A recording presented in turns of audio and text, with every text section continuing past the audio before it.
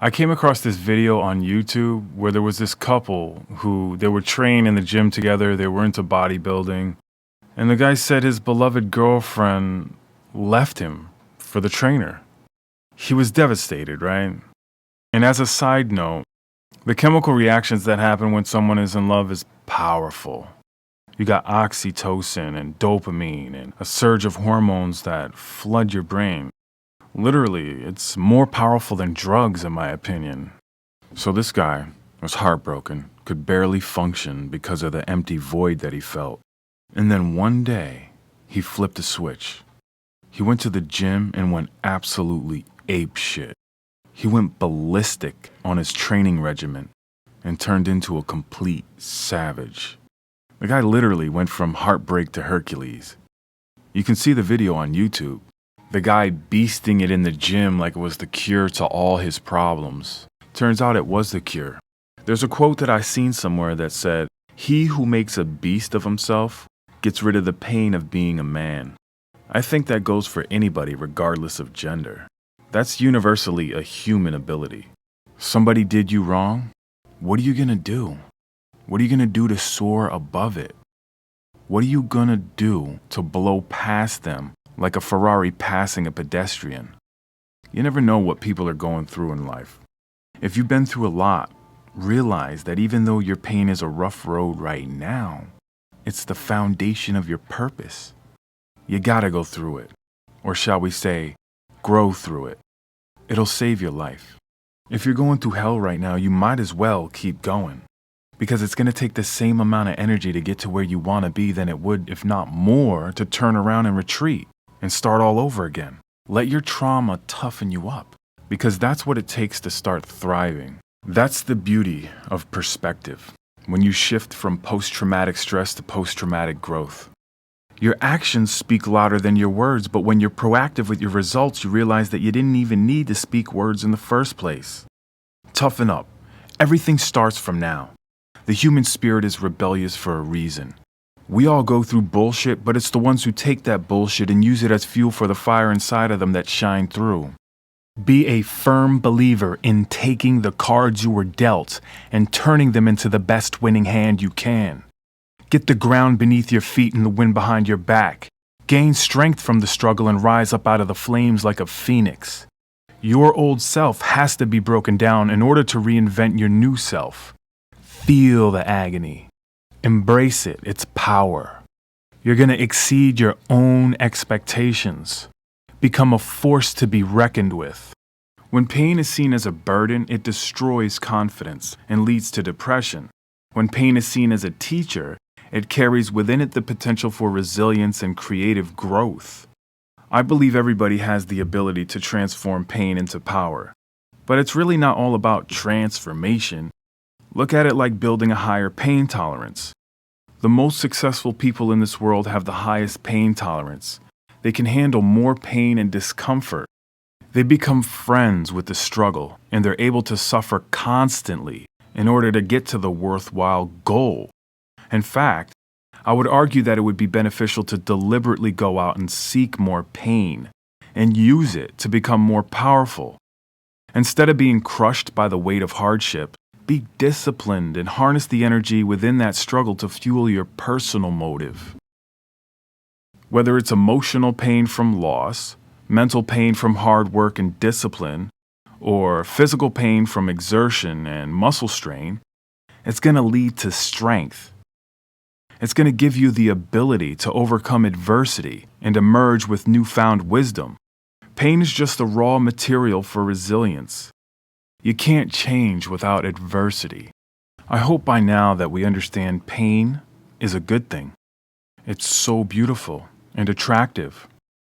But seriously, it's a badge of honor.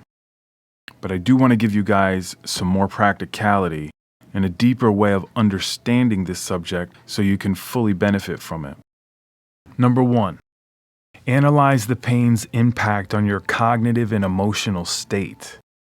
Identify the nuances and the thoughts that give you energy as opposed to the thoughts that deplete your energy.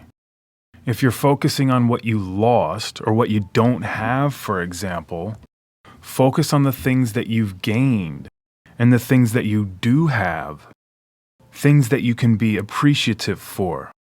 Blessings come to those who have gratitude. Open up that space for you to receive more. Cognitive restructuring. Stop jumping to conclusions about the worst case scenario. Most of the time, these fabricated thoughts are illusions that get you stuck in a repetitive loop. Every time there's something of concern, the mind will automatically jump to the negative or fearful thought. You got to train your mind to do the opposite by reframing the narrative that surrounds the thoughts that cause angst. For example, you may be telling yourself that you're nervous about the upcoming public speaking event, when you should be telling yourself that you're excited about the upcoming speaking event. The difference between nervousness and excitement is a small psychological tweak. Both of these emotions come straight out of the limbic system. You gotta ask yourself, is my life in danger? What's the worst that can happen? Is this fear really rational?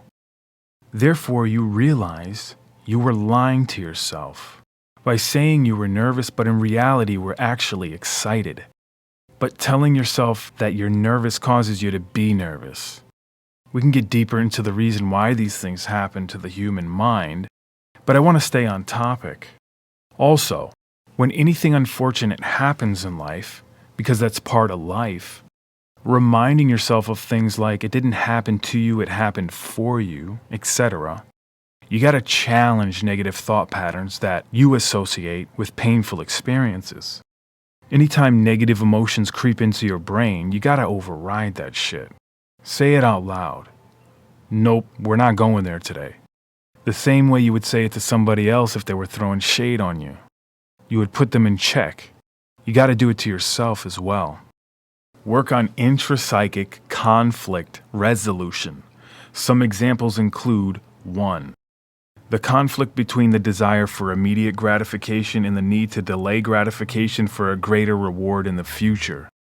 Delayed gratification is more painful now, but more rewarding later. Now keep in mind, the pain of regret is always worse than the pain of discipline. 2.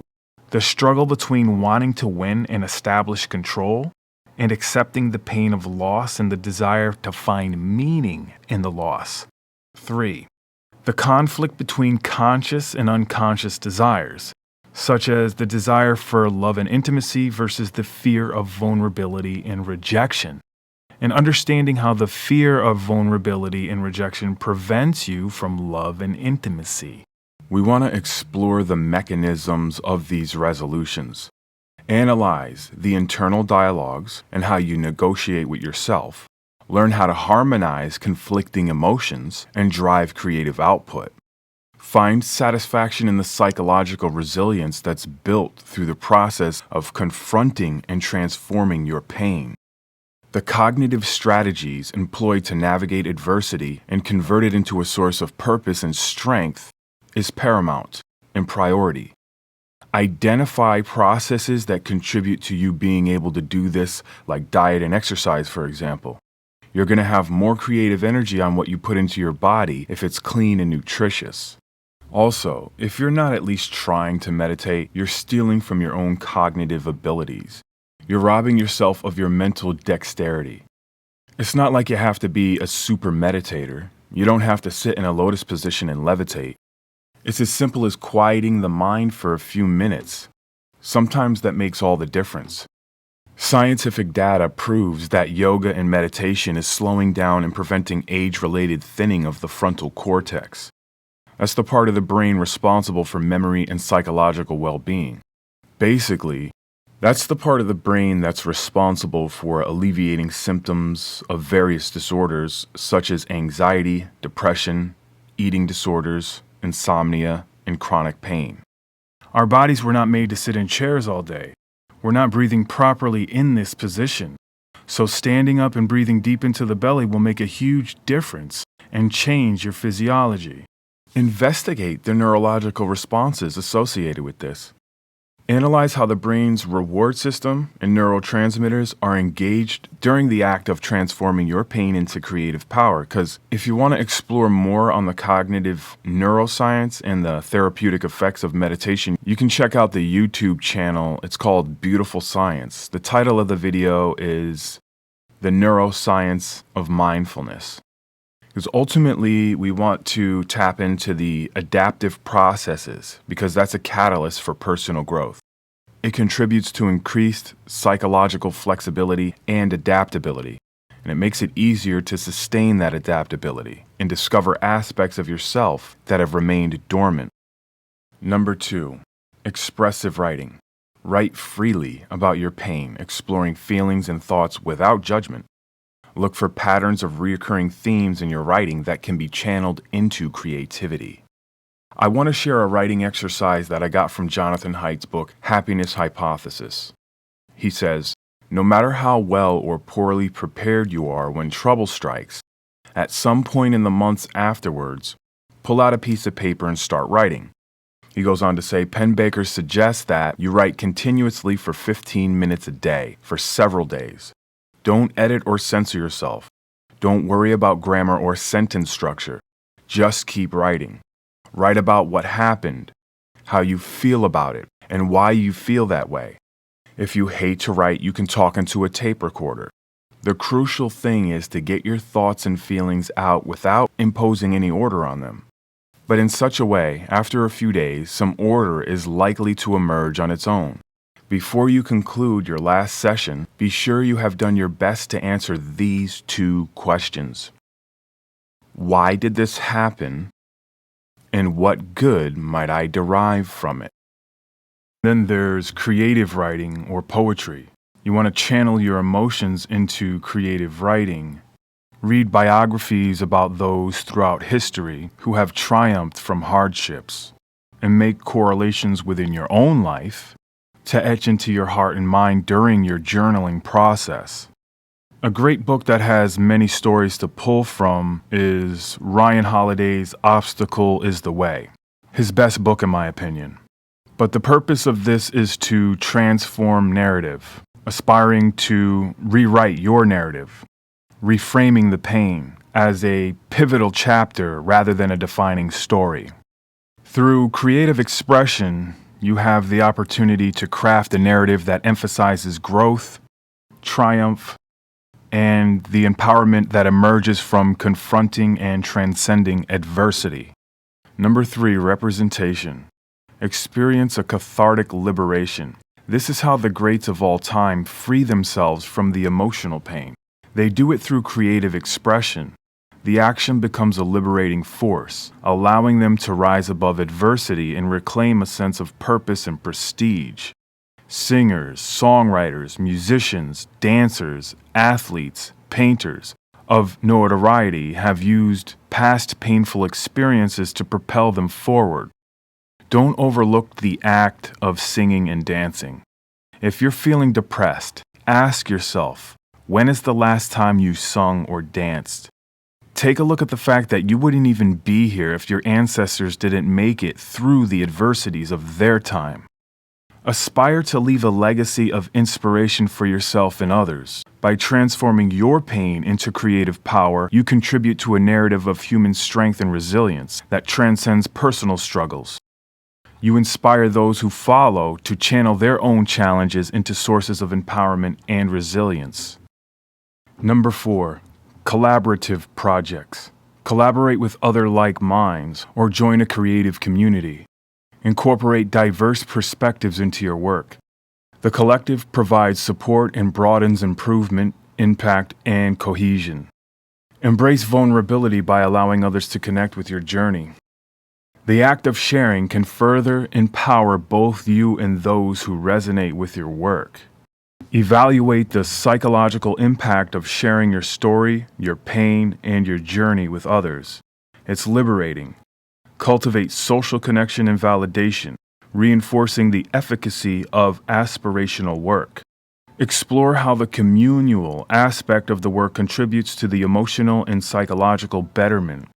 Create a personal manifesto. Craft a personal manifesto that encapsulates your journey and helps you transition from pain to power. Outline your strengths, resilience, and aspirations. Refer to your manifesto daily, not just during challenging times, as a reminder and a source of inspiration.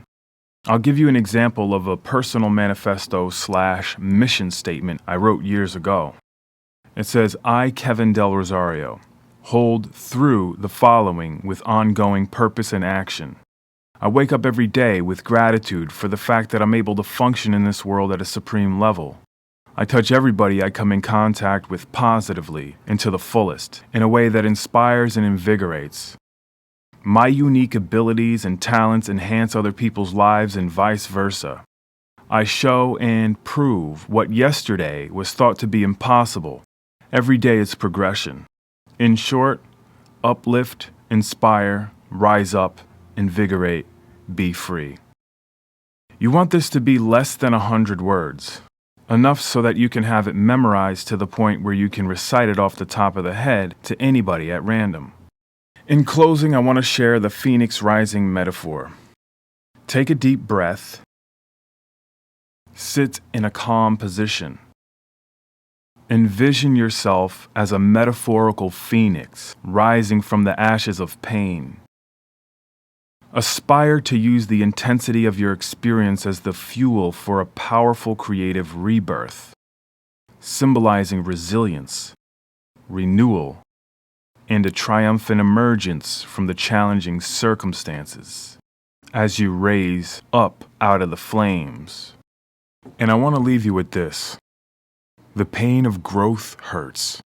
The pain of change hurts. But the pain of staying the same and not becoming a better person, whatever that is to you, hurts the most.